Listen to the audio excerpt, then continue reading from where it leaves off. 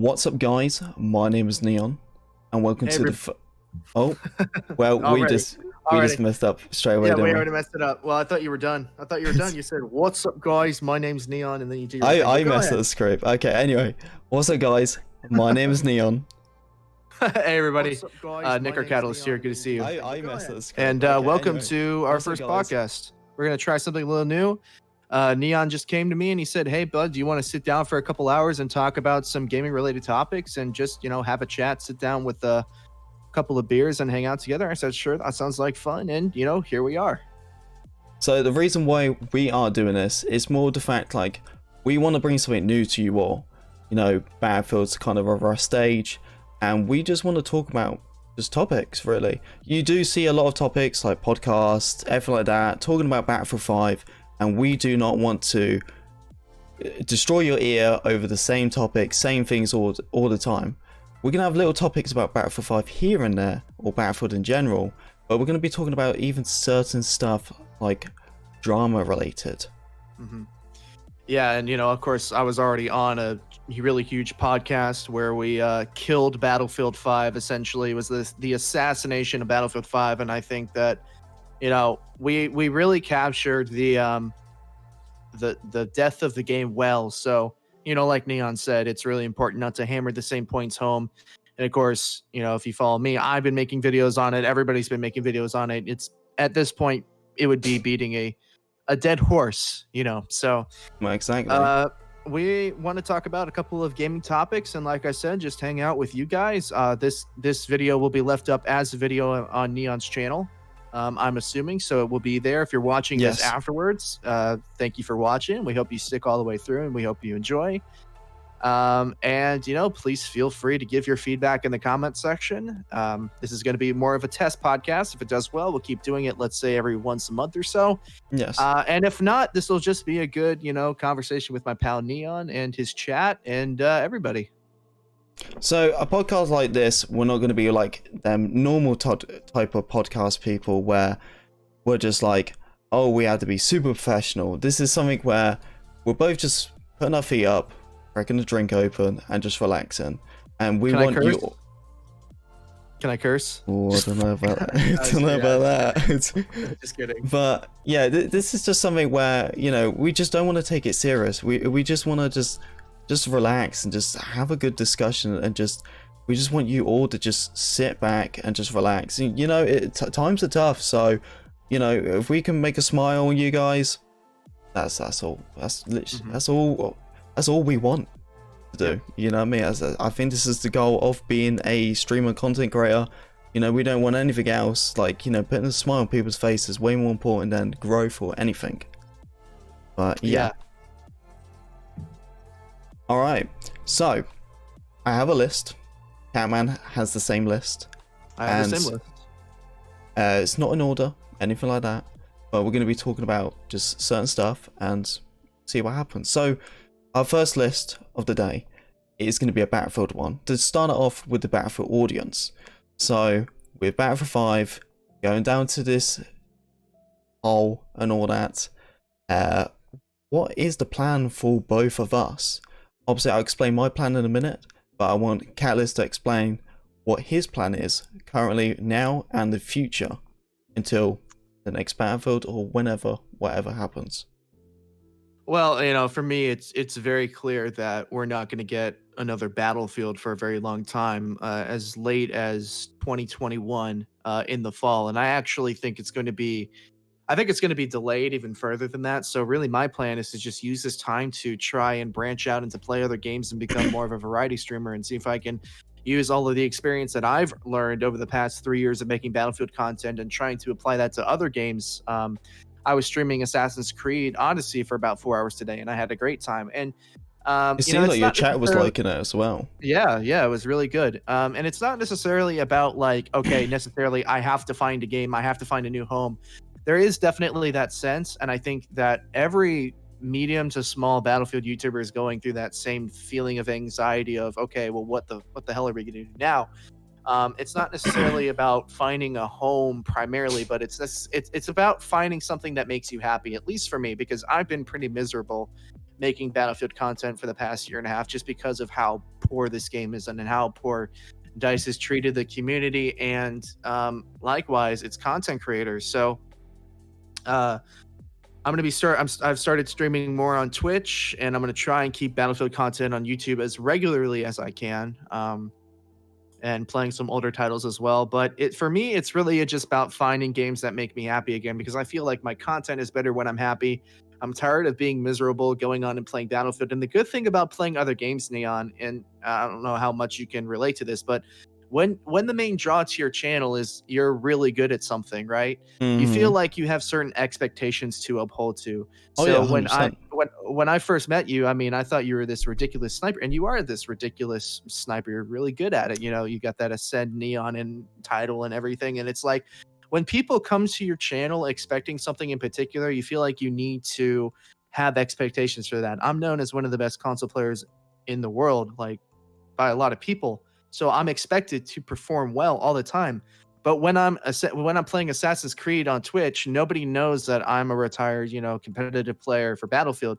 Nobody knows that I'm supposed to be really good at this specific game. They're just, okay, there's this guy playing a game, and you hopefully recently started doing Twitch as well, so that's the thing. You haven't brought so many of your audience to Twitch, so there's new faces. Yeah, I feel like I can just set that expectation up right away, and I don't have to really live up to anything that much, Yeah. See, the thing for me is you have a plan.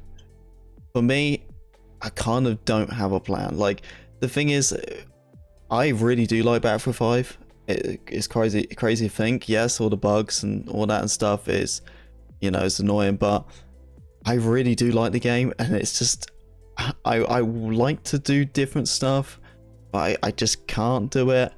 And then I don't know, for me, I'm just struggling a lot. And even last month was crazy, because I explained to my stream, literally my stream's been booming lately, absolutely doing amazing, but content wise, analytics and everything was by far one of my worst. It was, I was losing subs like crazy. I've just started growing a little bit, and everything it was just flopping like mad, and I just don't know what to do. But for me, how I look at stuff is, it kind of seems weird, but sometimes staying on a sinking ship is not actually that bad. Reason why I say that is because when you have such least competition, when the game starts popping and booming again, then they know where to go. Right. That's the saying. If someone hasn't played Battlefield 5 in over a year or something, and then the next Battlefield drops, they're not going to come back and expect people are going to be like, oh, I'm going to watch this guy again. They're going to watch people who are still playing the game to this day. So that's kind of the thing I'm hoping on and stuff. And it's so many people just look at people like Bronkin and stuff. That dude blew up through Battlefield 1 because he wasn't the biggest in the world at the start, but because he was always playing Battlefield constantly. And then when Battlefield 1 blew up so well, people know where to go. And it's just exactly. people just like Max, you know what I mean? It was just when Battlefield 1 slowly went a bit decreased and it wasn't as popular, and then Battlefield 5 come out, of course it wasn't the best, but it had the hype. So then people who still played the game had the opportunity to get that growth. So then that's how Max grow. And it's just stuff like that. But it's a typical thing. Once again, it's a lot of people are just moving away from the game now. We're seeing people play Warzone now consistently. I'm seeing people like Bronkin, he's playing Warzone tons, absolutely tons. But the thing is, he's doing so great. It's crazy. This dude is under starting Battlefield 5, he was popping 2k viewers, and then it went down to 600, and now Warzone's come out, it's he's went back to normal again. And it's just I wonder if he, I wonder people like him will actually stay with Warzone, or will they actually go back to the other Battlefields? I don't know. It's just, well, yeah, I mean, when it comes to when it comes to something like that, when you find something that sticks and something that you enjoy, you should definitely like ride that wave, so to speak. You know what I mean? So when you get to be broken size as well, I think there like the benchmark I think that you can hit to where you're reasonably safe to do whatever you want and you can flip flop back and forth is about 100,000 subscribers. Hmm. I don't know where you would think that cutoff point is, but I just think like when you reach around that level of popularity, you can basically go wherever you want to, Yeah, and you keep have the variety, like what games you want to. yeah, you have the freedom to basically be able to do mostly whatever you want. And good on Broken. Like Broken, sure, he did kind of blow up out of nowhere, but he's put in a lot of work as well. Like he'll do extra streams on Twitch all the time. So Hmm. he's really been able to build no matter what game it's on. And if that's Warzone for people like him, it's Warzone for people like him. And as long I encourage them to ride that wave as long as they can, because God knows Battlefield doesn't deserve content creators like that.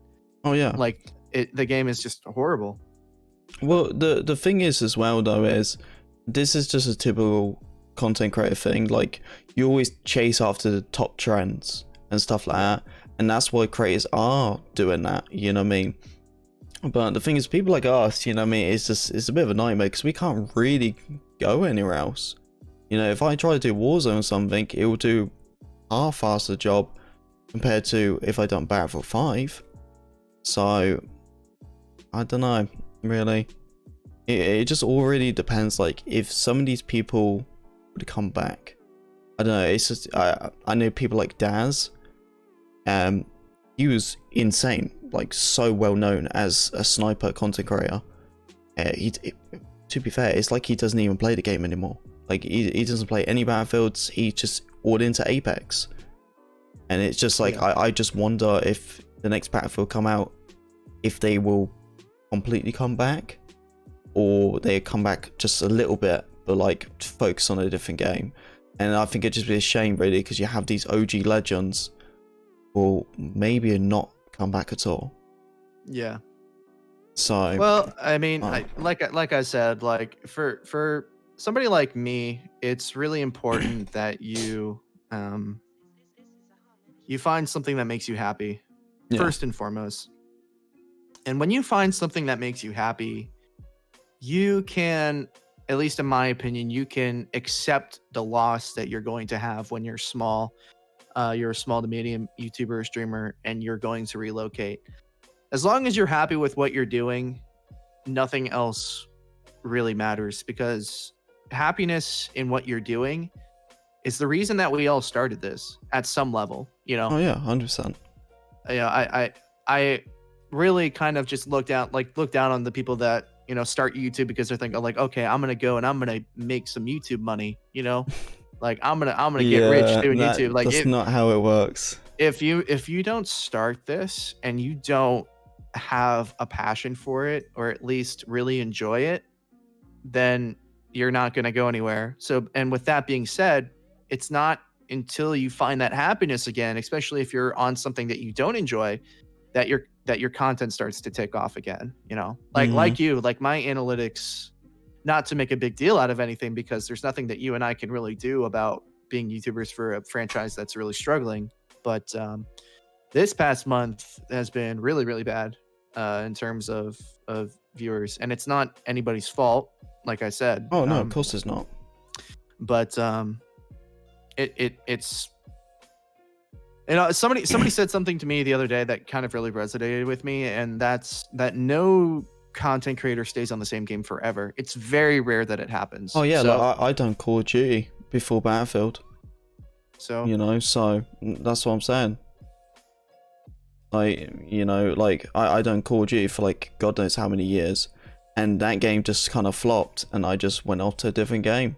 And I never came back. And that was the thing. What I'm trying to say now is, though, it's just like, because now Battlefield's happening, there's going to be some people just not coming back. That's the thing.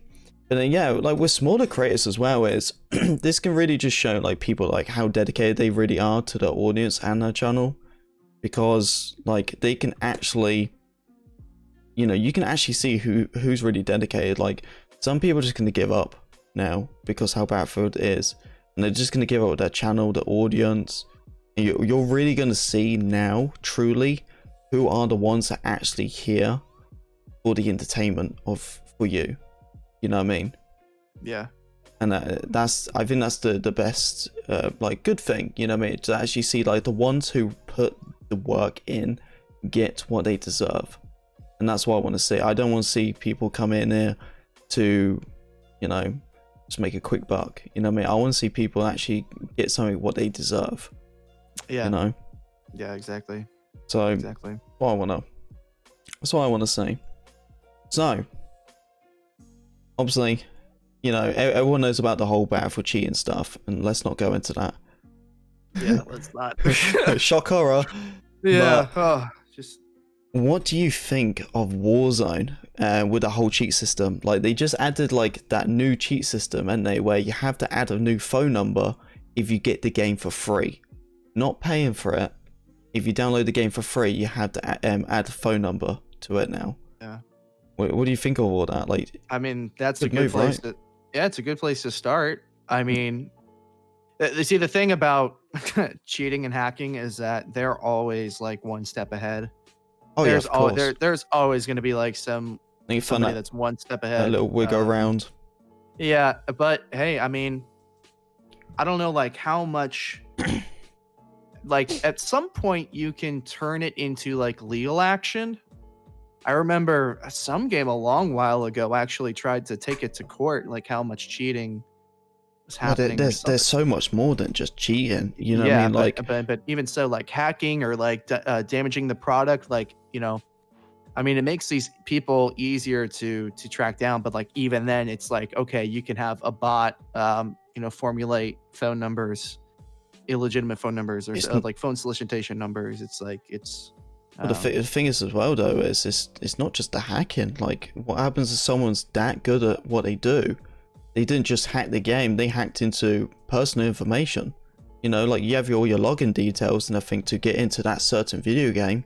Well, what happens if they can access into that? Once they got your password and everything like that, your phone number, they can go into further. That's personal information being released. That's why people are frustrated like Battlefield. I mean, we're not just complaining about cheaters. Something worse could even happen. And, like something like Warzone, how big it is, they wanted to act on this the quickest they can. Yeah.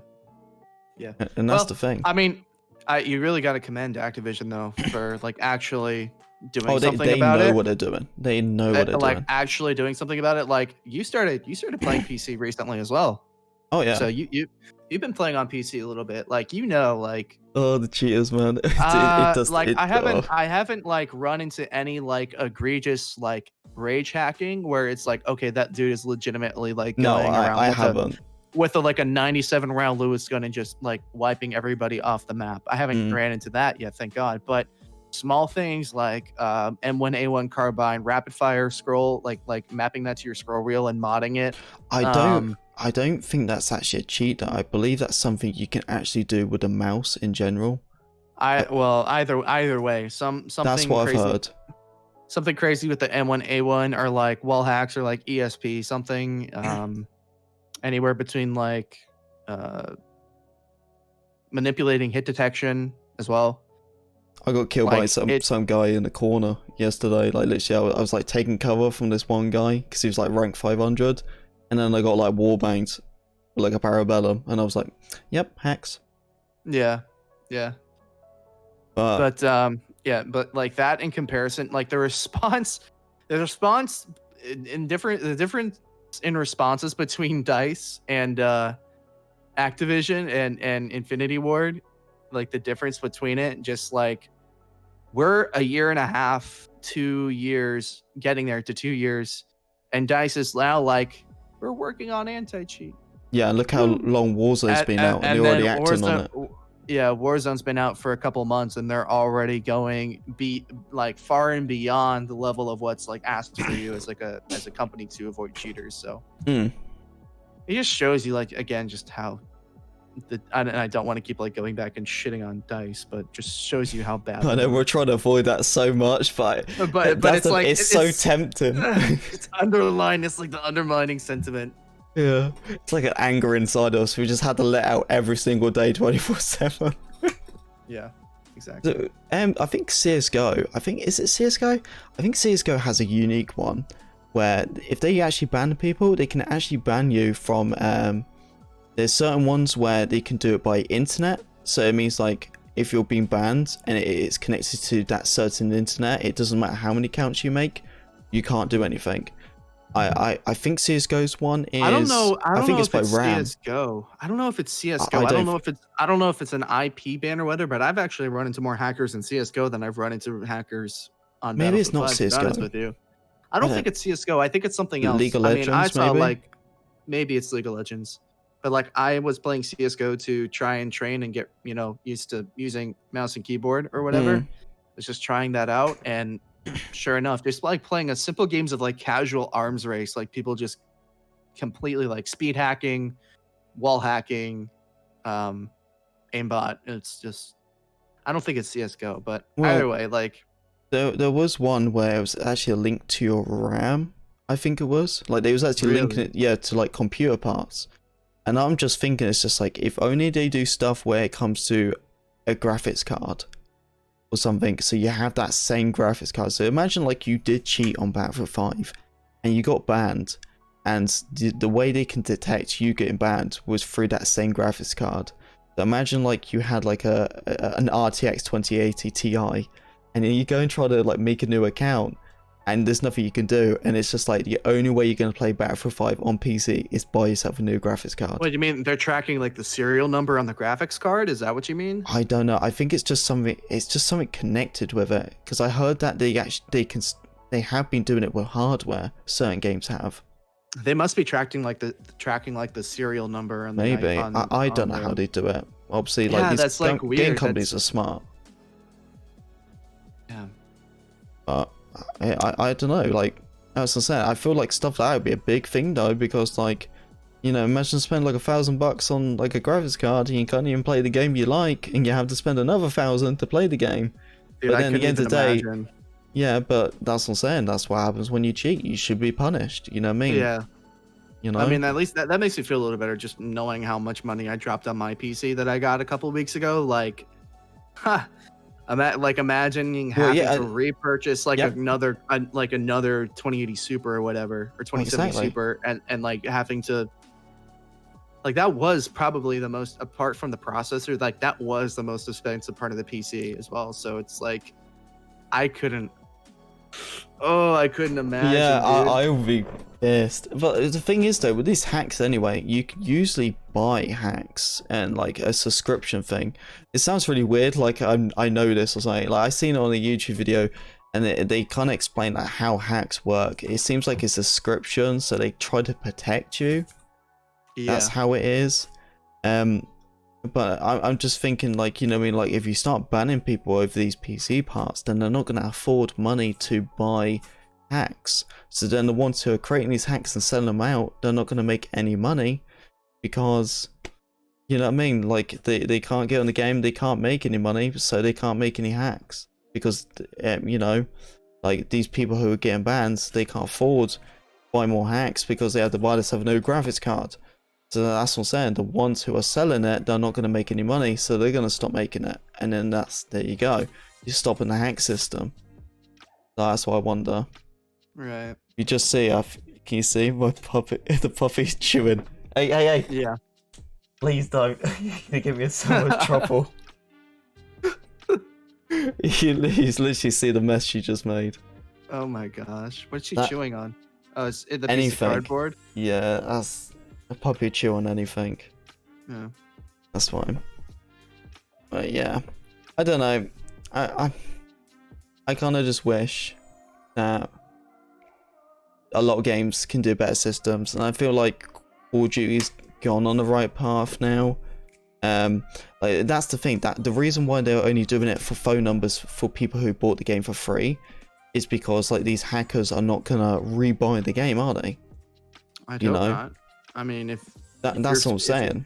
if you're repurchasing another copy just to cheat, I mean, depending on how good the anti-cheat system is, like that's going to be a lot of money. I'm assuming it is really good. Have you heard how many they banned? And like, certain like, I can't remember. What was it, like 1 million people at one point or something? Like 1 million? No. I don't know. It wasn't that extreme. I think they talked about like 35,000 people they banned. But that was the first time they announced how many people they banned. Like they actually tweeted it. Like they was proud of it. They was like, yeah, we banned this many people. Like they were proud to actually say, you know, because not many game companies actually said like, look, this is how many people are cheating on our game. Like they was actually proud to say how many people cheated and how many people they banned. I think it was a pretty good move actually. They was pretty much just saying, F you cheaters, don't come on this game and cheat because I will whoop your ass. Pretty much. Yeah. Oh, that's impressive.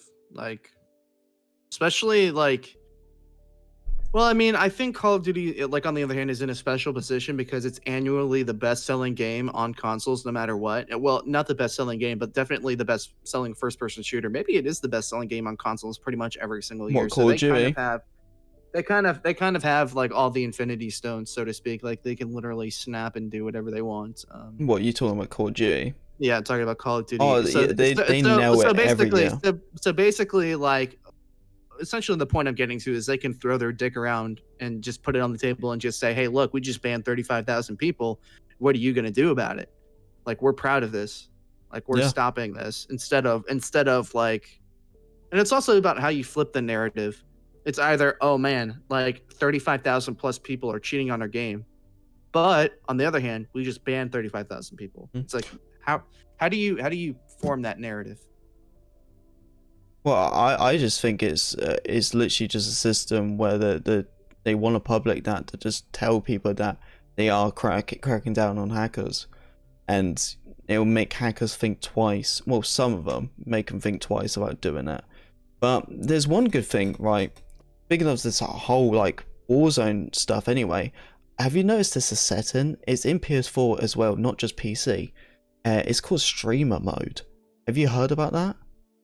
I've heard about it. I remember it being a big deal in like Fortnite or whatever, but yeah, I haven't like taken like a specific look at it. Well, what it is, it's basically, it kind of changes everything. It changed. So you know, like if on console, if you parent stuff offline, so no one can join your game to stream snipe you, all they need to do is look at the kill log. They can join from someone there. Well, what this does, it replaces everyone's name and put a random name. So you can be going playing the server, and they will never ever find you. I mean, that's great, right? Literally, no, I think that's good. I think that's a good idea. They're even stopping stream snipers. Like, that's fantastic. You know, like on Battlefield 5, you get stream sniped with hackers. On Warzone, they're stopping the hackers and they're stopping stream snipers. Fantastic.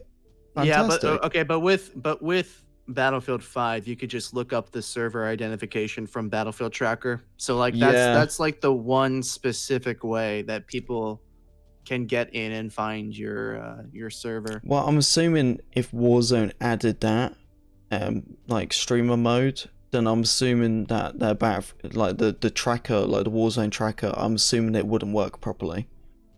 I'm assuming it'll come up with a nonsense, like a random server. Yeah. I'm assuming so. Well, technically you can't search for that certain server, can you? There's not a server browser like Battlefield has. Not on Warzone. So that's what I'm saying. So even if they see what server you're in or whatever it is, there's nothing they can do. Right. You know?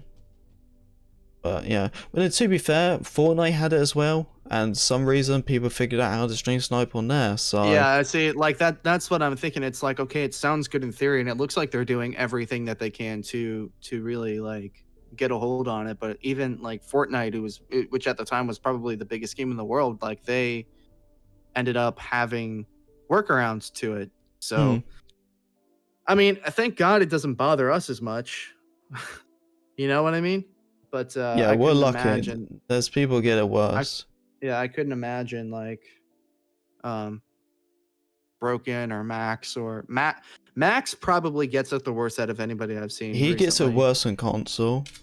People like Enders gets it really, really bad on PC. Man. Poor Enders, dude. Like, I know people like don't like him because of how much he rages and like his personality or whatever. Everyone has a But different like personality. everybody has it. Well, but beyond that, it's just like, dude does not deserve to get stream sniped, and they're not. It's not even just being stream sniped. Like these people are hacking too. Like they're cheating, they're aimbotting, and they're stream sniping him to try and get him to not stream the game, even though that he's a partner, or he got partnered off of Battlefield. He's using the game to put himself through college. It helps him out a lot. So it's like People are asses. Seriously. yeah, nobody deserves that. Like No. it's borderline harassment at that point. So Well, at the end of the day, you can be the biggest idiot and someone who doesn't really like you or whatever. But at the end of that's the saying, no one deserves that. Like that's the saying, you could be someone who no one likes you, but still you do not deserve that. Yeah. You know, exactly. like you can be like this horrible person that crashes on your chat or whatever, but you still do not deserve that. Right. You know, and the fact is, like, you know, as you said, like, you know, what he's saving his money for, you know, I mean, the fact is people are trying to ruin that. That's low. You know what I mean? Like, you're trying to ruin a man's education. Like, seriously? Yeah, all because you don't like the game. And the funny thing is that Enders is probably the most outspoken, unfiltered content creator when it comes to bashing Battlefield 5, yet the people that are watching and stream sniping him and hacking against him want him to not stream, so there is no more attention for the game. The thing is, he gives a reaction though. Well, yeah, he does. He does. If you're going based on the reaction, like, unfortunately, my dude definitely gives it to him every time. But yeah. But moving on. Yeah, I don't know. It's just, here's what it is, I guess. Yeah. So, you heard. Well, I have this on the list anyway, but I don't have too much to talk about it. But we'll talk about more with the copyright system, like false striking and stuff like that. But have you heard about the stuff with like The Last of Us 2 and all that about the false striking? What specifically with the false striking? I believe, also, I don't know super much about it. This is why I want to try to bring it to a different conversation. But as far as I know about it, there was leaks a couple of weeks back, and people talked about these leaks. And what it was, I think it was the game company or some company was actually actually striking down these people, just talking about the game, not even like giving leaks and stuff. Like they was literally just talking about it, and they was getting striked, and people was just like, yo, you're like, you know, you're taking away my freedom of speech and stuff. And it's just like, you know, because they was talking about like the leaks, or not even the leaks in general, they was getting striked. And it's just like, once again, it's just another abused of copyright system. Sorry, go on. No, I was saying, and that's why I want to talk about like the whole abuse of copyright system. Okay, so my question is, where is this copyright strike coming from? Is it coming from Naughty Dog? Is it coming from somebody affiliated with Naughty Dog? No, it's the Naughty Dog one. Interesting. That's what I said. I don't. That strikes me as really weird. That feels more like a technical malfunction to me, more than an on purpose. Like, well, it was everywhere. I believe, like, maybe they was just trying to hide everything. They was like, crap, there's a big leak. We don't want this to go out, so we're going to strike anyone who mentions it. Well, yeah, well, okay, but so it's too late. It's out. Yeah, it doesn't matter. Like, I feel like if that's happening like right now, that's like 2 or 3 weeks too late, which tells me that it's probably like a technical malfunction. Because you also got to think about Naughty Dog being one of the most prestigious game development companies in the world.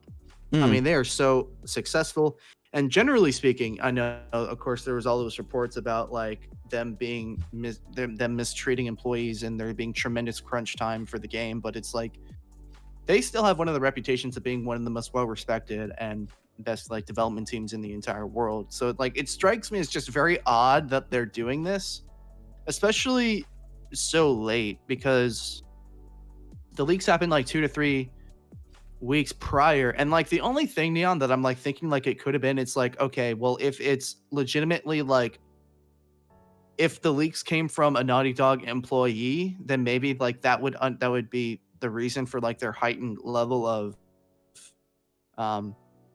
like striking people. But I don't know. It strikes me as very weird. It feels almost so. It feels like very out of character for the company to be doing that. I feel like it's a mistake, like a Well, technical mistake. Not a, apparently, Kevin just said in the chat, he says a Naughty Dog employee leaked it because he was pissed. Apparently. no, the reports came out that it wasn't a Naughty Dog employee. Like there was like rumors and speculation that it was a Naughty Dog employee that was really upset because he was being worked too hard. But I was gonna say, if that was true, that's one way to put leaks out there. yeah, I'm pretty sure. I'm pretty sure that it was proven that it wasn't a Naughty Dog employee that ended up leaking it. And I think Neil Druckmann, who is the game's creative director, I think they even said they know exactly who leaked it and they're going to pursue legal action. Oh, really? I think so. So, do you think that is someone in the... quickly. Yeah, do you think that is someone in the game company? Oh, well, I mean, I feel like... Well, they clearly said it was nobody at Naughty Dog that leaked the information. Maybe someone previously worked at Naughty Dog. Maybe. Let me see here. I was gonna say. Actually, you know what? I'm gonna not look that up because I don't want the game spoiled for me, and I'm scared of the internet. So you know what? I'm just gonna leave that be. Hmm. Well, that's what I'm saying as well. Like, obviously, I haven't looked so much into it either because, like, I don't want to obviously spoil anything myself and all that because I'm interested into it as well. So I don't want to spoil it too much. But it was just, I don't know, just weird, really, like, if they actually was or not. But, there's so many different ways this actually could have went. But maybe it was a whole malfunction with striking stuff down. Or was it on purpose? No one really knows. But that's why I wanted to talk about the whole, copyright system stuff. Like, have you experienced, like, any actual BS? Like with a copyright claim where it's not actually from an artist or anything? Not me personally, no. I've been pretty lucky in that regard. Like most of the time. Well, I mean, okay, well there was one situation in which I was using, I wasn't using, but I got and it wasn't necessarily a strike, it was one of those copyright claims where it just demonetizes the video. I got one of those and it ended up being actually like the in-game music soundtrack that was flagged, and I thought about fighting it, but it's like, okay, well, how much is this video gonna make really, first of all? And it's also like, do I really want to go through the process of dealing with this copyright strike? Well, that's what I'm saying, claim? like, and it's like they make it very explicitly clear that if you're fighting a claim and you're in the wrong, like there are going to be consequences for you as a creator. You'll like get a strike. That's like and if you guys have never in the chat like ever had to, or watching later, if you've never had to deal with this, like it's legitimately all in bold. Like it says if your claim rather is found out to be illegitimate, you might lose your channel essentially. Well, yeah, I've actually read that because the thing is for me, right? This is quite funny. So obviously, I got a copyright claim. I did, and it was a Battlefield 1 song.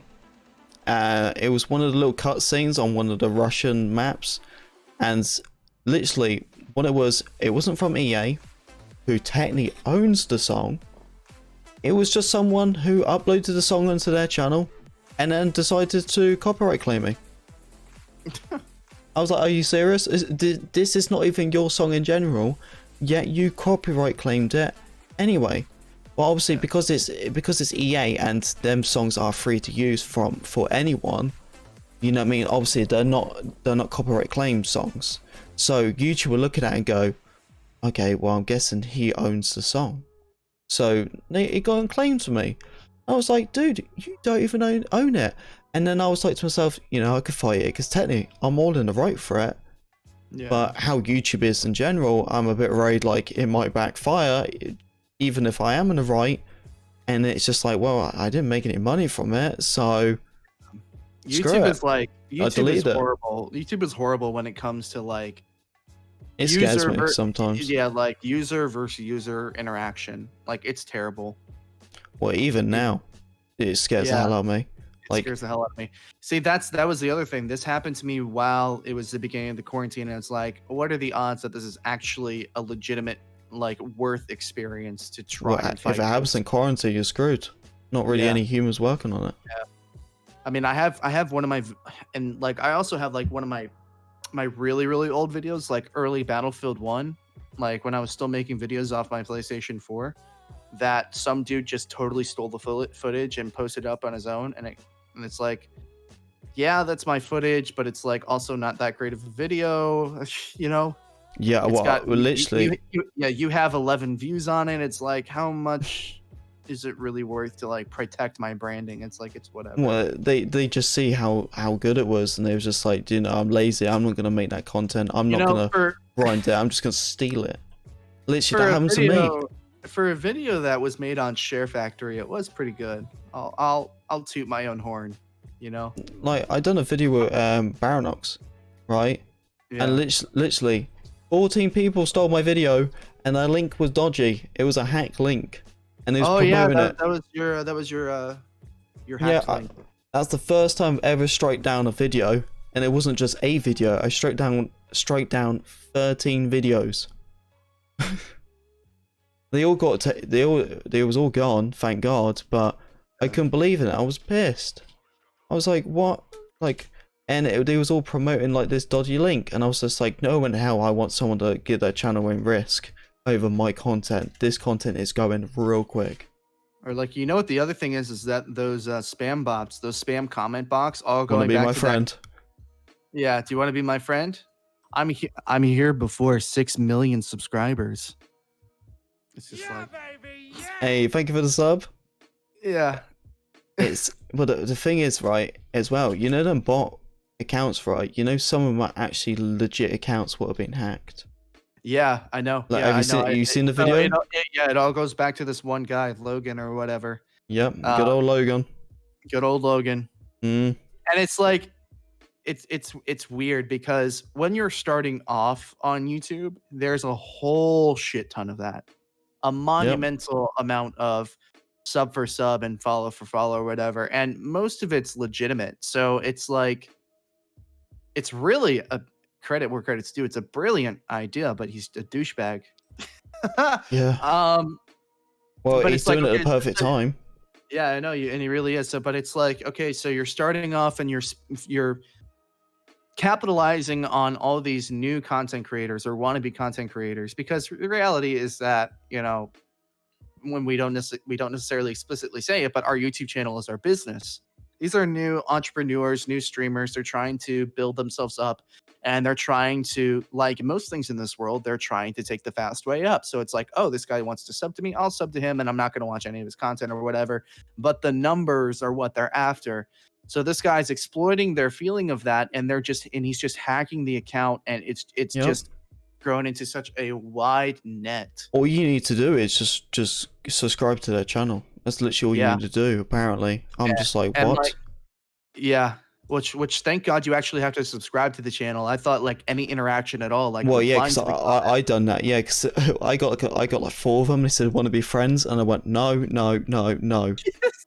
Dude, I straight up just went no. Yeah. And I actually posted it on Twitter and then thought, you know, better about it, and then took the tweet down. But it's like, and the funny thing is that there is like channels built on doing that, like promising people shout outs and subscribers, and it's all, I'm assuming it's a bunch of preteens, like 12, 13, 11-year-olds, you know, who watched a PewDiePie video and thought, oh, wow, this is what I want to do for a living. And it's like they're starting it up and they're just getting completely screwed and trying to do and just, you know, make their way to the top. And it's a whole like underworld of like bad YouTubers that keep subbing to each other. And it's really funny, but it's also like a really scary situation, because I just feel bad. I feel bad for the ones who lost their accounts. Of course, but like to bring the conversation round circle, once you get out of like the 500 subscriber range, and then you get over to 1,000 and getting to the thousands, like that kind of stuff stops. To see it come back again was kind of like unnerving in a way.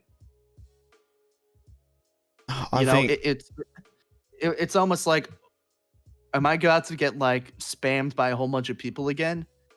It was kind of just like unnerving, and of course, like everybody caught wind of what it was, and it's actually Well, as soon as I found out about the whole system, it was a hack thing. I changed everything. I changed all my passwords. I changed the two-step verification again. I changed it all. I did. I changed everything. Just to protect myself. I actually changed more than just my channel. I changed a lot more just for the fact of, you know, once you can get into something else, you can get into more. You know, you walk into a door, there's plenty of other doors to enter. So I changed everything really quick. You know, you got to think about it. You know what I mean? Like, obviously, we make revenue, so that's our bank details on our channel. So, you know what I mean? I'm not going to risk nothing. So, that's what scares me. You know what I mean? Like, you know, I would be devastated if I lose my channel. I'll probably, I'm not gonna lie, I'll probably cry.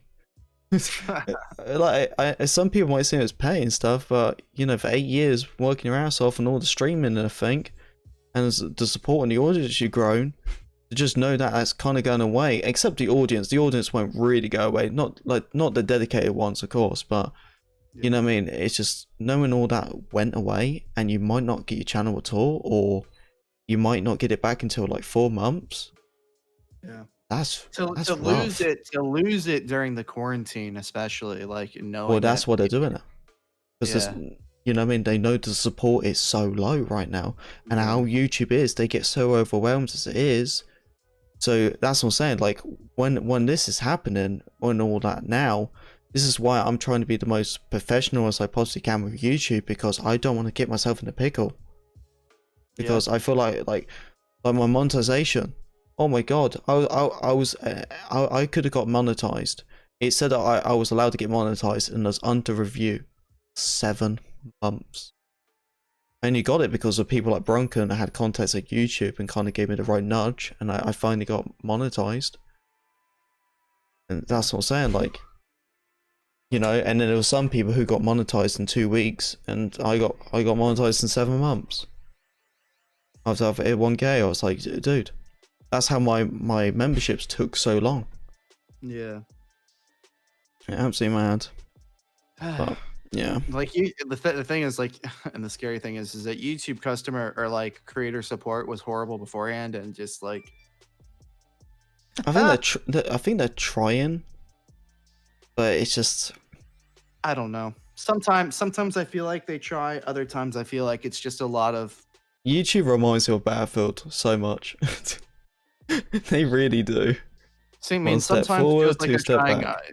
Other times I feel like it's just a bunch of copy and pasted bullshit, you know. Oh yeah, of course. So to speak, but you know. Yeah. Ooh. So as you've been streaming a lot on Twitch lately, and all that, you know, for someone to be a Twitch streamer in general, like yourself, you know, what do you think about this whole like Twitch ban stuff? What you mean, like when your nip slips out and you know you may or may not get banned? Are you talking about like that type of Twitch ban stuff? That stuff. Okay. Yeah, I feel like, well, just like YouTube, I feel like they're very picky and choosy about who gets what type of damages. Well, I mean, but actually, I feel like Twitch is a little bit more strict with that. Because remember, Dr. Disrespect got banned for streaming in a bathroom or whatever, if you remember that. But it was the state where he was at. He was that state. I don't know what state it was, but it was actually, he wasn't allowed to do that. Yeah. That was the thing. Well, technically, why would you do that anyway? You know? Why would you do that anyway? Exactly. You like, know? People make mistakes, and I feel like depending on the severity of the mistake. Sup, bruh? Hey, Nikki, how you doing? You alright? I'm streaming right now. That's alright. Sup, bruh? I think she was. I know she. Callis said, "Sup, bro." Callis. Sup, cat? Sup, Nikki? Anyways, yeah, I don't think she thought I was streaming. No, I don't think. Well, you never really stream at this time anyway. Oh You no, usually stream. I stream at 8. Well, you stream at like 8 or 9 o'clock, not like 7. Oh, what time is it? 7:50. Ooh. Well, yeah, it's almost 8 now. Yeah. I lost my train of thought. Yeah, I literally did as well. Yeah, I Twitch ban. The Twitch bans. Yeah, like I think they could be like a little bit. They're obviously like they're very picky and choosy about who it is, and depending on the severity of what you did, I think it depends on that would bring into question like whether it's a one-time like first-time ban that you're banned for, or suspension rather, you're banned for 30 days, and then the second time it's up like a permanent ban. But like again, it depends on what it is. So when you accidentally have a costume or wardrobe malfunction, people make mistakes, I think. Well, how I see it as well is though is, I think the streamer Pokemon, she accidentally like opened a link and it was you know, an adult link, shall we say? It was, and she clicked off it and she was fine. But what I've noticed is though is a way more smaller creator, like if you done it, you'd be banned in a heartbeat. And I don't know if they don't do that to people like her and bigger streamers because they know it makes Twitch look more bad because there's such a large audience in the Twitch scene. But how I see it is like, if she can make a mistake and you can make a mistake, you both should be punished, or you both should not be punished and be like, well, it's a mistake, it is what it is. But the problem is, when it comes to mistakes, there's some people who, whoops, I done a mistake. Yeah. You know what I mean? And it's just like to get more talk about it. So that's also the issue. So I just don't know. It's such a, like a fine line to walk. That's like, yeah, there's so many. That's what everyone says. There's so many different variables to it. It's like, okay, well, how big is your channel size? Okay, yeah. How bad was your offense? Because of course, Twitch is not necessarily responding for their sake. I mean, it's the sponsorships. It's the sponsorships, the ad revenue that they're getting. It's essentially their entire business. So they do have the authority to be like, okay, look, we've clearly lined out the terms of service. You're not allowed to do this. You're not allowed to do this. You're not allowed to do this. Mm-hmm. Nudity is obviously a huge issue. Well, not necessarily a huge issue, but I mean, I won't, but I could literally press up my pecs and just start wearing a bra and just start going around Twitch and just say, oh, I'm not showing anything, but look, I've got if I was a woman, I'd have my cleavage. And it's like they're working around that stuff. And it's like, people are going to work around it no matter what you do. It's just a matter of like, well, how bad of an offense is it? I feel like if it's something severe, like full fronts, nudity, like that's no exceptions. Like, let's say you're walking out of the bathroom out of a shower and you just left your Twitch stream on, you know, that's on you. Yeah. But if it's legitimately like, let's say I'm walking back from my door over there and I was a female and I had like a looser shirt on and I come down, it's like my side of my he's speaking like you have experience, I swear. I mean, maybe, but like, you know. Oh, my man. I mean, it's like, it's again, it's like such a thin line to walk. I think what people are just annoyed about is it's just people getting treated different ways. I feel like if it's a mistake, you just don't ban people, even if it is on accident. You know what I mean? People need to be treated the same, and I think that's the rage from everyone right now, is people not getting treated the same. And which I can totally sympathize and I agree with. But from the content creator's perspective, I feel like that's a very that's mostly like a viewer centric kind of idea. It's like, well, if my favorite YouTube streamer or Twitch streamer had this happen to him, would he get the same treatment? And on another level, I'm sure that a lot of like Twitch streamers are like, well, if this happened to me, would I get the same treatment? Yeah. Well, so just with it's like, YouTube. I'm sorry to interrupt you, like, but I'm just no. saying, like, literally with YouTube, right? I said one swear word, and I got limited no ads. I watch your streams, and you F blind all the time, and I had a rage on my stream, and I said, bloody Catman can F blind all the time, nothing happens with him, but me, I say one F-bomb, that's it, and I was like, what? But yeah, I just wanted to get that out of the way, because that annoyed me when that happened. Yeah. Yeah, no, definitely I can understand. I mean, I look, my opinion is I've never been like the type of person to be like, okay, I'm going to nuke my personality and purposely censor myself for any type of content unless I'm, absolutely forced to. Because remember when that sorry, I'm working with my pocket knife here, but whatever. Yeah, that's not. Yeah. Uh remember when that huge like children's act thing came around on YouTube? Mm-hmm. And it's like, okay, well, what exactly are they asking us to do? Like, we have to, like, for those of you who don't know, we have to legitimately fill out a survey every time we post a video about what type of video our video is. Does it contain this type of swearing, or does it contain this type of swearing? Is there any of this, this, or this, or this, or this? And it's like, and then you're decided whether or not your video is getting monetized. Like, all because of this new, like, sanction by the CAAP or whatever, the Children's Act of whatever. That it's just. Well, the thing is, if you actually do select it and say your content's kid friendly, you And it's not. literally. Yeah. Oh well, yeah. I'm saying if you do, and it is kid friendly content, well, you lose monetization. Well, you don't lose monetization. You lose majority. You lose memberships. I think you lose memberships. You lose your community tab, and then you lose. Well, all your revenue doesn't go through. Your revenue doesn't go through as well. No, so most of your revenue goes. I think it's like 80% of your revenue goes. You get like 20% of revenue. That's all. Yeah, yeah. Not to mention your loss of your freedom of speech. Yeah. But nah, that's what I'm saying. It's just like, I don't know. I think that a lot of it is as well is when all that started was probably because they knew a lot of people would abuse kids. Like, you know what I mean?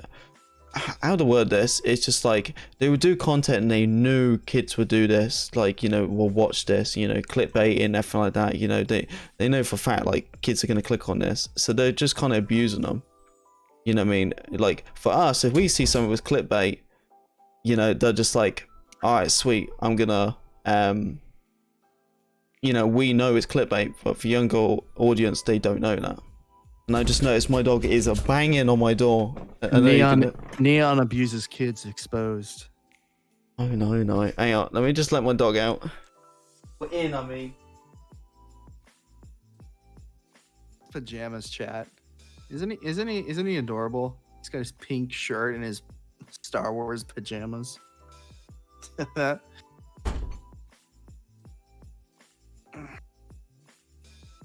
about that. Are you in your jammies? Are you ready? I actually tidied up in this room, like full on tidied up. Like I hoovered up, everything like that, all vacuumed for the US peeps.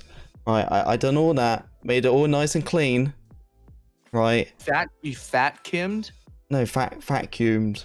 Oh, vacuumed. I'm like, who the hell is Fat Kim, and why is that an expression? No. What? So I tidied up everything in this room. Make it I spotless. understand now, but chat, did you hear Fat Kim? I heard Fat Kim. Maybe it's my speech patty, I don't know. But anyway, I don't know. My room was spot on. Super clean, this office. I let the puppy in for literally half an hour, and it's a tip. Oh, it's really messed up. Yep, it's a complete tip. But yeah, I with Twitch and all that, I just kind of hope they work on it and stuff. I don't know, loads of people go to me, like when I explain stuff about YouTube, they're like, oh, go to Twitch, and then I look at stuff about Twitch and it's just like, go to YouTube, and I'm just like, where the hell do I stream? Yeah, but like, should I just go to Mixer? Mixer is not no great. But having been on both platforms, I think Twitch is better, actually.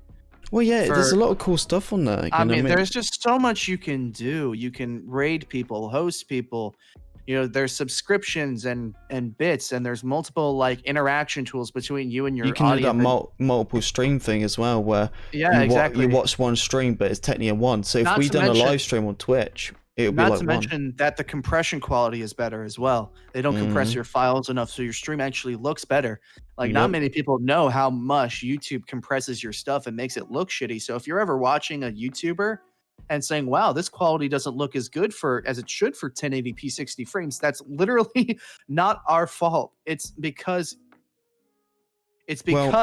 YouTube they double down compresses. on quality. Well, they do also double down on the quality, but they legitimately compress your file to make it look worse. So, because YouTube has a really weird rendering and uploading system. Well, I have a family chat on Facebook, and I had like this really funny video I made. It was like a video of me scaring of my wife and all that. I hid, and I put my camera and I like, jumped her. She like completely like bricked it, and it was amazing. So I wanted to show off on the family chat, but the file was too big. I think it was like a 60 meg file. I put it onto YouTube, and then so I can, because I know for a fact it would compress it, re-downloaded it. And from like 65 megabyte, it was like, I think it was like 1.2. Like literally, that was the file. Like that's mad. Yeah, And that's really crazy. just to throw this in, like my video that I posted today, like being able to render it and it just went zoop, uploaded in like 30 seconds. A video of that size would normally take like, I don't know, like 30 minutes to render, or not render, but like upload and process from YouTube's end. It's like, wow, this PC is just nice. See, baby. when you upload stuff, I think what's annoying is and so that's just some cool things I want to actually explain about YouTube just in a second. That's good. I know it's not a script, but there's something I wanted to talk about. But I'm saying when you're uploading stuff on YouTube anyway, yeah, I don't know what's more annoying, is waiting for it to upload or waiting for it to finish processing. That's what's annoying. But I've noticed with the processing, they finally, I don't think they added it for everyone yet, but they finally actually added a countdown for processing. You know, you sit there and wait for it for like 99% processing. They added a countdown now. Is there actually something for that? Because I didn't see it today. I wish. I had it, and it gave me a countdown, and then last time I uploaded a video, I never had the countdown. But also as well is, I've noticed something new they added. I did have a copyright claim on a stream. I don't get it because I credited the content and stuff, and that's what it all said. But on there, instead of saying remove song, because when you say remove song, it removes the whole audio. Yeah. Well, now you can actually remove just a bit what's been claimed, just the audio. So from a live stream, I removed 20 seconds of a song, and the rest it has audio. So just how Twitch is with a VOD, except you have to do it manual. Yeah.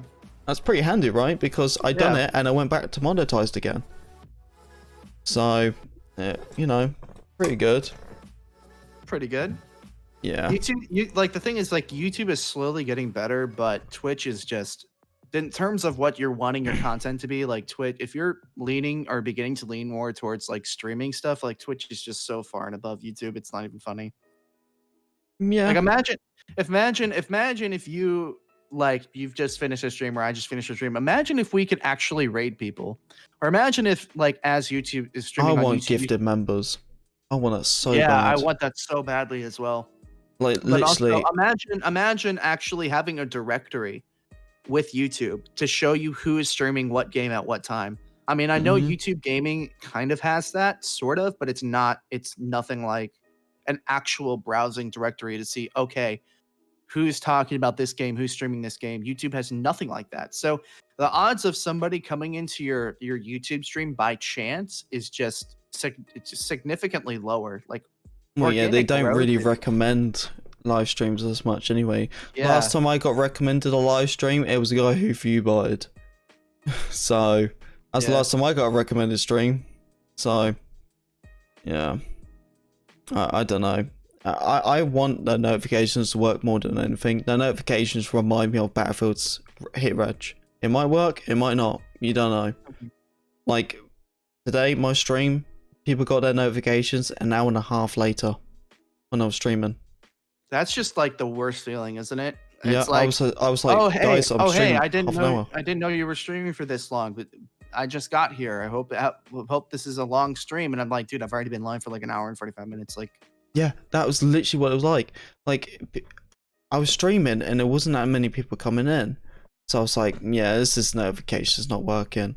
So I carried on streaming on PC and then people started coming in. And I was just like, guys, like, I'm doing this game and I'm finished. yeah. And it's just like, you know, and then I started doing like my outro, just saying goodbye to everyone, and someone else came in and it was like, hey. And I was just like, oh god, I'm really sorry, but I'm gonna go. You know, Yeah, especially with your streams being cut down in time because of your internet capacity. yeah. Well, I've been sticking to the schedules, and to be fair, my streams have been popping way more better doing the 2 to 3 hour streams than I've been doing the 6 to 5 hour streams. It's weird. I don't know. Maybe I've just been sticking to a better stream schedule. Maybe it's a better time I'm streaming. I don't know, but my streams have been amazing. But I don't know. I think it's just more of just the branding I've been doing. Like, I've been working so hard on the Pink Wig Army branding, and I think that's what's just helping it more as a community. Because I know my streams just getting so much better every single day, and even with a cut of streaming hours. So, you know. Yeah, I'm definitely finding like, because I've never been the guy to like have a schedule, really. It's always kind of been like, for me, okay, you're gonna get it when you get it, which isn't necessarily like But that's how I started. the streaming. best thing in the world, but it's like, I take my time with my content. I really do, to try and make it the best that it can be. I don't like time crunch, especially with something that is not the biggest part of my day. I mean, obviously, I'm not working anymore because of the quarantine, but like, if I was working, work would take priority of that every single day. So, you know, I think, but like, now that I have the time to set a schedule, like having a schedule is like really important. Well, and have you set a schedule? What is not like? So have you kind of worked on your schedule where you was like, okay, once I start working again, this is gonna work perfect with my schedule when I start working, or is this just a schedule because you're not working? Because you might have to redo it. Yeah, I might have to redo the schedule, but I'm not gonna have to move a whole lot around. Yeah. Well, I see the schedule, man. It looks like you're gonna be a busy boy.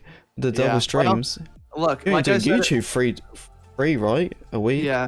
That's mad. Mondays, Wednesdays, and Sundays at 2 p.m. And those are my, okay, I'm streaming Battlefield on YouTube days, because I'm not, you know, stupid. I can't completely leave Battlefield behind. You know, I have some people to cater to in that instance, but it's like, well, Twitch, you have the chance to do something different. This is my time. Like I said, this is my time, my one shot, one opportunity. Mom spaghetti, you know.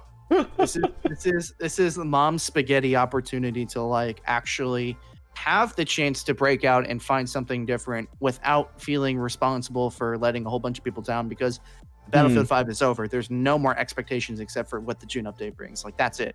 I'm not. Oh, yeah, of course. My anchor is not, or like, I'm not tied to a sinking ship anymore. I don't have to do that, and I can move away comfortably.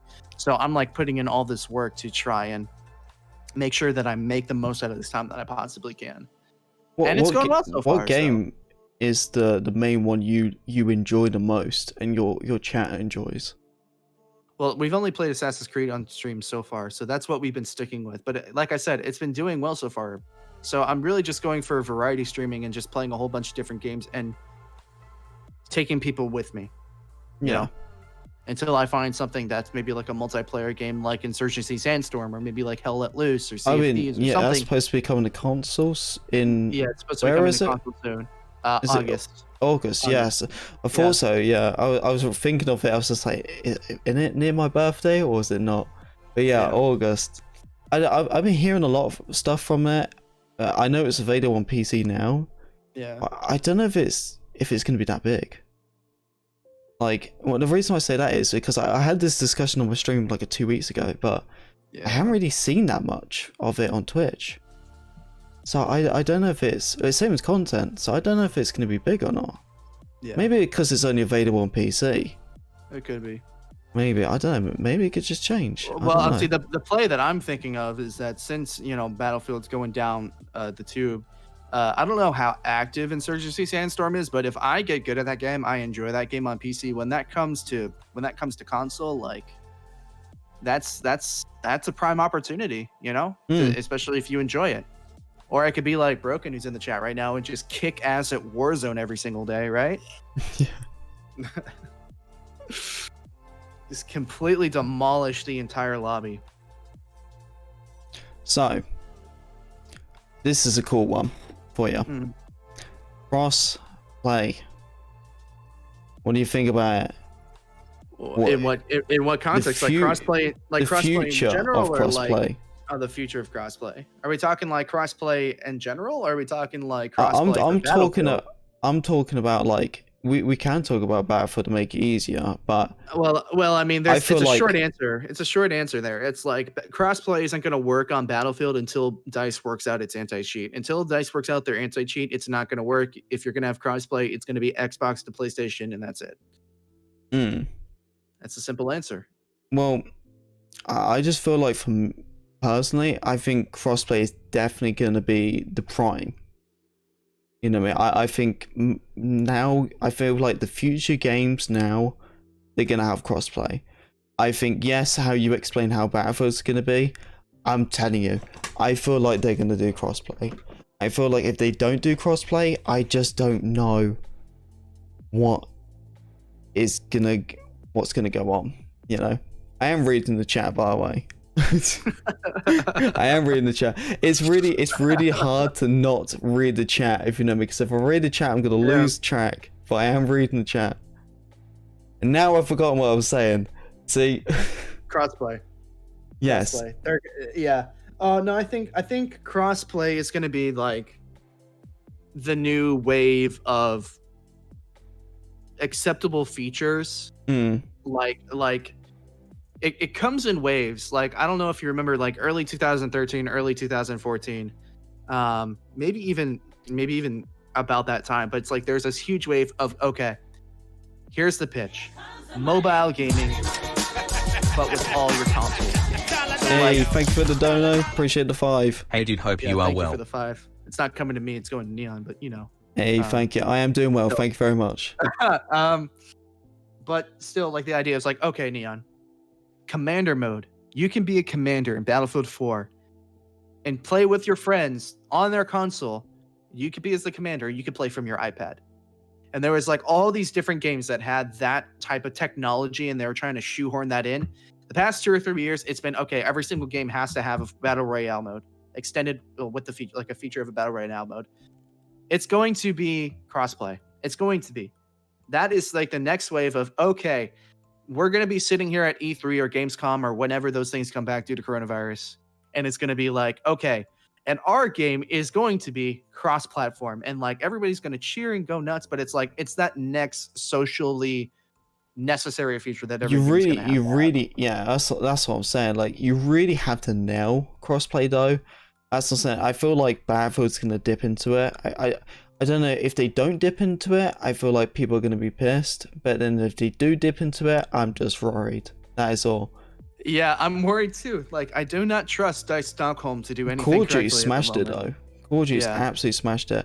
I think it was Jack Frags. I think so. He made a video about the whole crossplay, about like is it a benefit to use a controller on PC, because he was kind of explaining like when he was squadding up with friends and all that and stuff, and then going into like servers, and if he was using a controller and he was on his own, he would be put in a console server. And then he was explaining like if you had 2 controller people and then 2 PC people, then it kind of like splits it a little bit in half. He was kind of just like explaining like, is it abusing, like are you benefiting being on PC using the controller? And of course it is. Well, You yeah, know, that's what I was about to like. Here's the question for you: now but that should it you be on have PC? experience, now that you've experienced PC gaming as well, and you know how I feel about Snap Aim Assist, like as a console player, experience it as a PC player, like what's worse? Like it when it comes to crossplay, what's a bigger advantage? Using a mouse and keyboard, having higher frames, having better recoil control, having better reaction time, or is it legitimately having an aimbot integrated in the game for console players? Like, what's worse? What's the advantage? I don't Like, know. that's like a huge topic. I feel like it's definitely gonna be in the game if they do crossplay, like to just try to balance stuff out, like PC, console, and stuff like that. I feel like, but there is a very big argument from that though. I do hear that a lot of people get pissed off with you know, the controller players, you know, playing against PC and stuff. Yeah. I mean, me personally, having like just even like 3 weeks of PC experience, like Hmm. playing Warzone on PC, like you can tell, like like as I said, like as a console player, like that type of aim assist pisses me off. So I think it's just a total lack of skill, but I understand the necessity of it as much Hmm. as I hate it. But like playing crossplay and just getting absolutely snapped on, and you know the only reason they won that is because they did snap onto you. There's nothing worse. There's no worse feeling. It's horrible. Like you can definitely understand like why people are upset about it, and I think that something needs to be done about it. You know, I think, well, overall, I think games need to have less aim assist, but when it comes to crossplay, I feel like there needs to be some kind of tweaking, like an alternate setting, like an alternate control set, if you know what I mean. Hmm. Where values are tweaked for crossplay. I feel like personally, Battlefield might do okay with crossplay. The reason why I explain this is right is I don't think you know this, right, but obviously like if you've been in my streams lately, right, but I don't actually play keyboard mouse on PC. I put in my PS4 controller. Like I've actually been using controller and playing against PC players. Yes, I have been getting my ass handed to me time to time, right? That's kind of a given. But surprisingly, I'm actually doing pretty average. Like I'm actually doing pretty well. Like sometimes I'll be doing like I'll be like top of the leaderboard sometimes, like most kills out of the whole server. And it's just like, you know what I mean? Like, and that's the thing. I have the same thing. I have the slow down aim assist, but I don't have the rotation aim assist. That's the snap aim assist you're talking about. And that's what I'm saying. And that's the only thing I rock. Oh, that's the only thing I have been rocking since what, Battlefield 1. And Yeah. I've been doing pretty amazing, really. Like, yeah, there's been times where I've been getting my ass whooped and it's quite embarrassing on stream, but you know, but I don't know. I think it might go well, but they had to really work on it, just like how Call of Duty did it. And they of course don't want to get into this issue with, you know, not just PC players dealing with hackers, it would be console players dealing with hackers. Yeah. So that's what I'm saying. Like right now, Battlefield shouldn't do crossplay. I really would love to see them do it, but they shouldn't do it right now until they fix the hacking issue. If the hacking issue is just the same as it will be on the next Battlefield, fix that first before you're gonna put crossplay. Because you just, once again, you're just gonna put yourself in a hole again. Well, I think we could just wrap it up, at least in my opinion, by saying like, as if I think we mutually agree that the next big wave of like console and PC like game features is crossplay. I feel like that's coming. But for those games that are going to try and implement that, they need to make sure it's balanced, because I'm worried that people are going to try and throw it in just like they do with like battle royale modes, and it's not going to end well. Like it's not going to be done properly. Like I want to see crossplay, but it's such a delicate issue, especially when it comes to balance. Well, every time crossplays happened, there's always been something negative from it. Yeah, you know, like Fortnite. Negative, it's like necessary. Yeah. Well, that's the thing that I always thought for so long. It was always just like PC would destroy console players all the time. But all I've heard is console players being the dominant one. Yeah. Because of the aim assist. Literally. So Well, they and just then, need to tweak it. The other thing to mention is that Call of Duty is a pretty extreme example because the aim assist in that game is the strongest aim assist of any first-person shooter I've ever Well, played. Fortnite has the same issue. And it's That's what I'm saying. consistently that way. Yeah, it's just like if there is some median to it, if there is some type of balance, then it should work out okay. But it also does need to work properly. No tech. You know, but I'm just glad that Call of Duty took the first step of crossplay, because you got to think about it though, is I would not like to see Battlefield take the first step, because I'm telling you, because Call of Duty is technically the main FPS game to take this crossplay step. So if Battlefield took this step and they messed up big time, I feel like Call of Duty wouldn't take it, because, you know what I mean, they know it's too delicate. I disagree. I think Call of Duty would have done it no matter what happens at Battlefield if Battlefield took the first step. Yeah, because yeah, you got a point. Yeah, based on like how popular the game is, especially when it comes to how popular Warzone is. If it, let's say like Battlefield 5 came with crossplay and it was a complete disaster, like the rest of the game mostly is.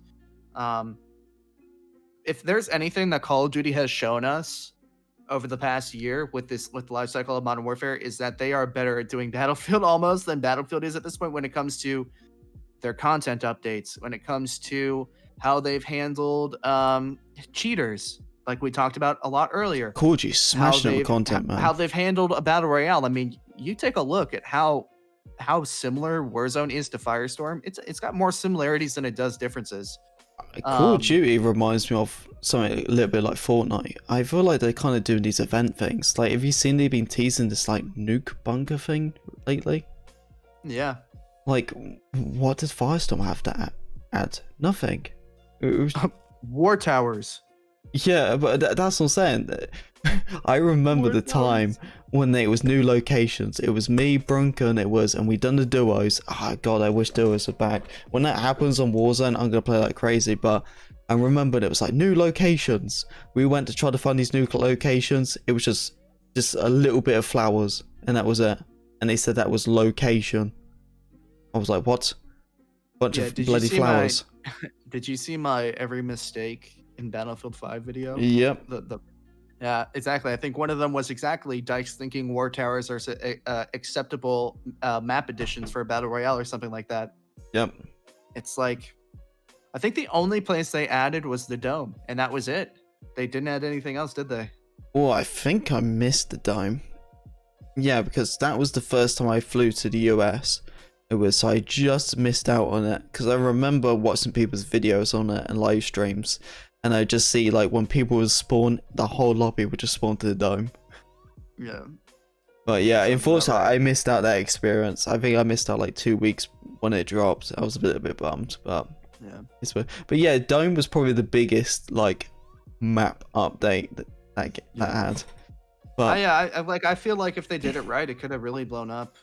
I mean, not blown up, but at least been a very sustainable battle royale. Because I mean, there is some basic fun to be had. Like, of course, remember you playing with Broken and a couple of others, and shooting I met fantastic people now.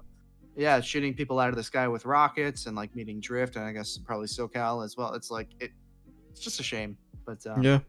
Well, yeah, that's what I'm saying. Like I met people like Bronken and J-Rob through all that. I met people like Drift. Does J-Rob even play Battlefield anymore? I haven't seen J-Rob in a long time. Yeah, he does play Battlefield. He does, but not frequently. He's doing tremendously on Warzone. Like, how I look at it is like, you know, just how we explained right at the start of stream. He does like what, 300, 200 viewers Battlefield. Yeah. And then he might do like 800, maybe even more on Warzone. That's what I'm telling you. Like, you know, for someone like myself, if I was putting them numbers, I know where I'm going to be streaming. You know? And that's the thing. But I'm glad that people like him, same as Matt, same as people like Brunk and all that, I'm glad that they go back to Battlefield still. Like, you know, that's what I still like to see. Like, you know, even how it's happened, even how successful they are on Warzone, I'm so glad to actually see them still give Battlefield the love. Because they are just passionate the same as we are. Yeah, I well, I love mean, that. I'm just really glad to see them having success in something that's not Battlefield, because the Well, yeah. scariest thing, especially Well, I they feel like deserve it. Battlefield, yeah, well, not only do they deserve it, but it's like, especially with Battlefield, I feel like Battlefield fans are very particular about what other games they enjoy. I don't know if that makes sense to you. I feel No, like I can understand. the Battlefield community is very particular about what kind of games they enjoy and what, like, in addition to Battlefield, Hmm. like, yeah, there's just still this just stupid rivalry. It's like, if you don't like Battlefield, you should go and play something like Call of Duty, you asshole. You know, like, it's just like this very stupid, it's very stupid elitism when it comes to like Battlefield, and I'm talking like the game's loyalist fans. Yeah. Um, and it's to see them having success in a different game and them actually enjoying themselves, like, that's incredible. Like, that makes me so happy for them, because it's hard to break away. Hmm. Um, it So really is. this is the last topic of the podcast. And I've been trying my hardest to try to avoid most Battlefield topics we possibly can.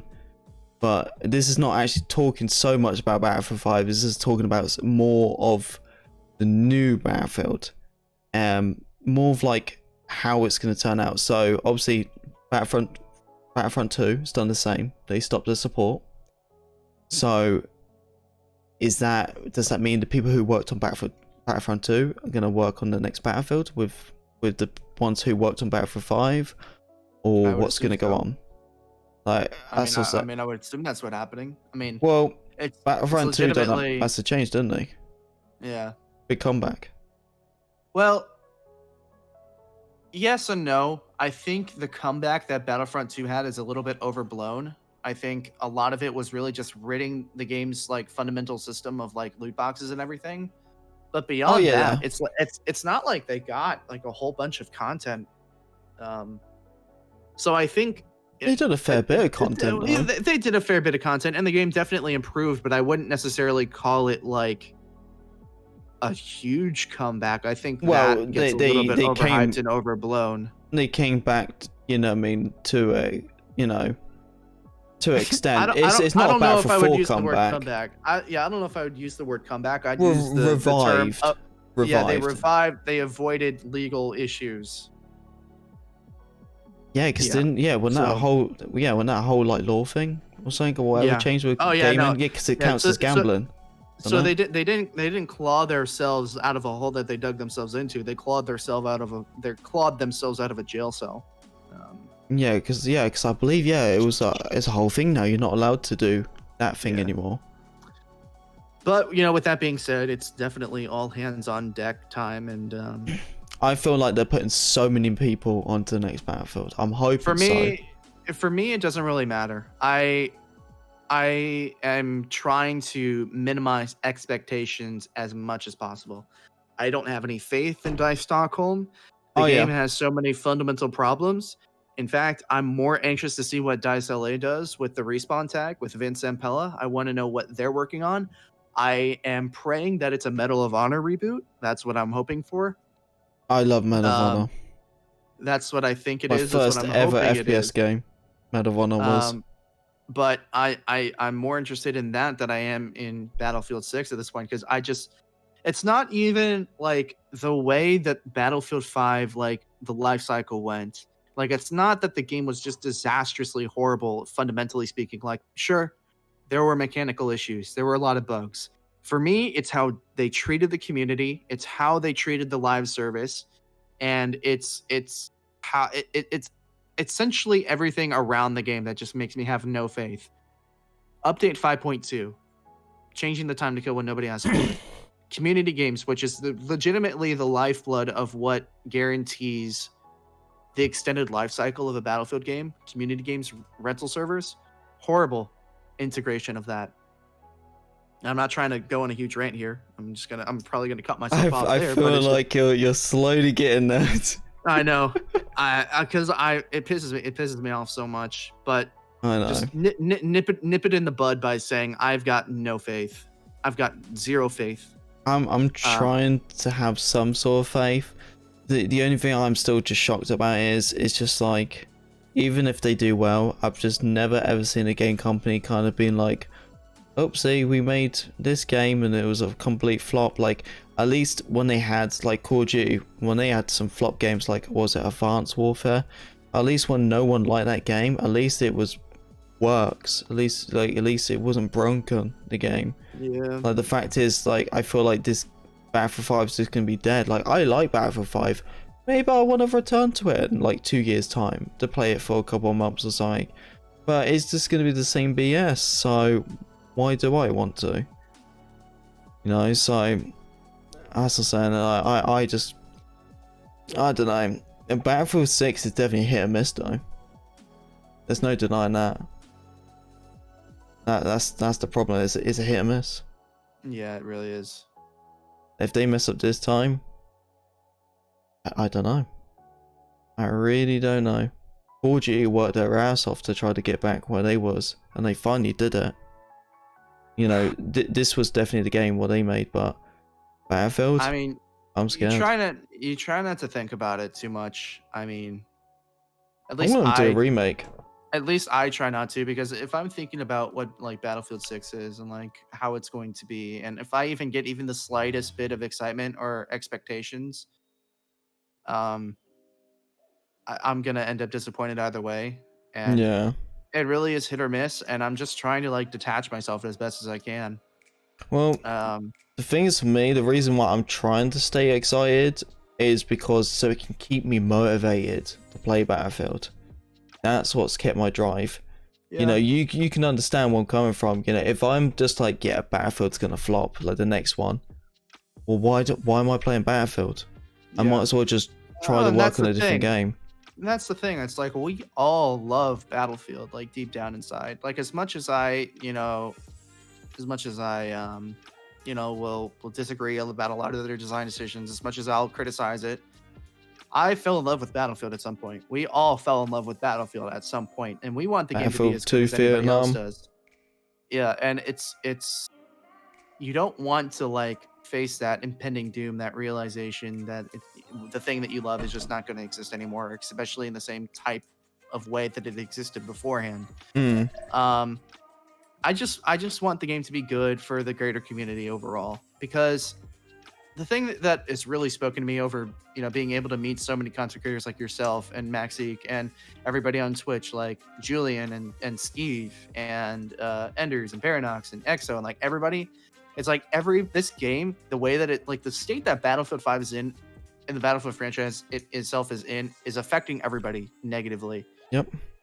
And sure, some people find success on Warzone or Rainbow Six Siege or whatever, and they are happy with themselves and they're making good livings. But the love for Battlefield, like if you start off with Battlefield, like that's something that doesn't go away, and it hurts everybody to see the game like this. So you just hope that for the community overall, the game just becomes that much better.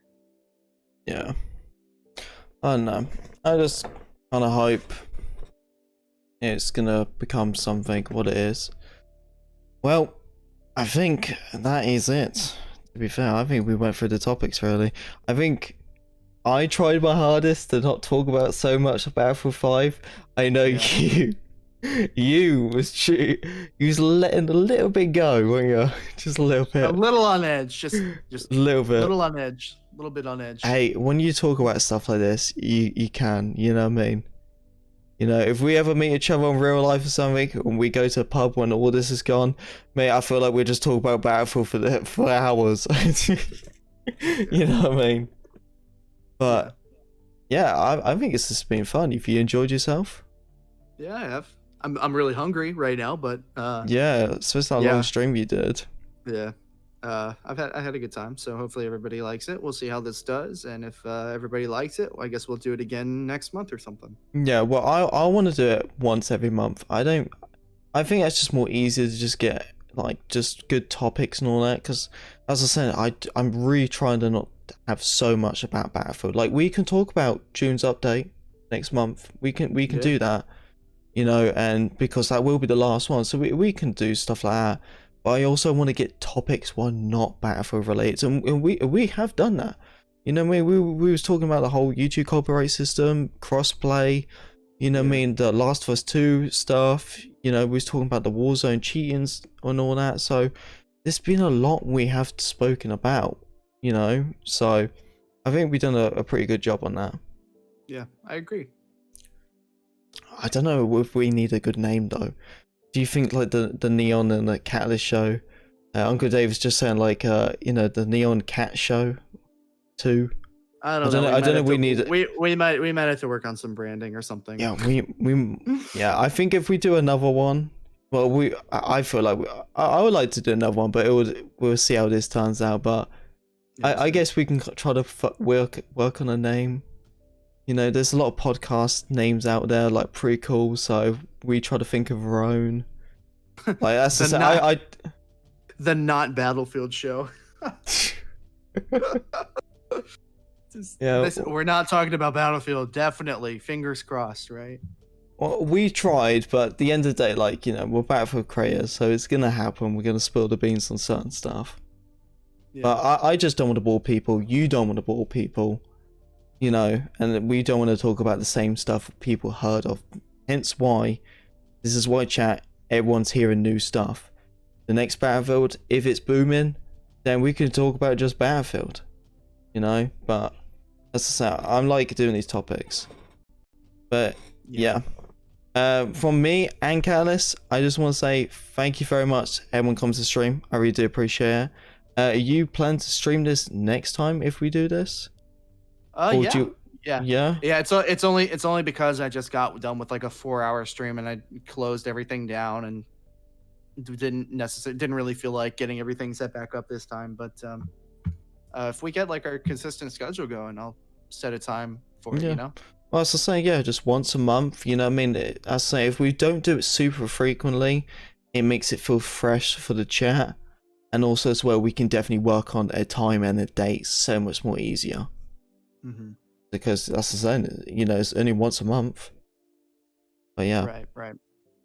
Anyway, thank you very much. Everyone come to the stream and all that. I was reading the chat. It was the first time I was like really not actually like talking, like when I was reading the chat, because it's like a podcast thing. I just want you all to sit back and enjoy yourself. But I really do appreciate everyone come to stream. And yeah, do you have anything to say, Callus? Nope, I am hungry.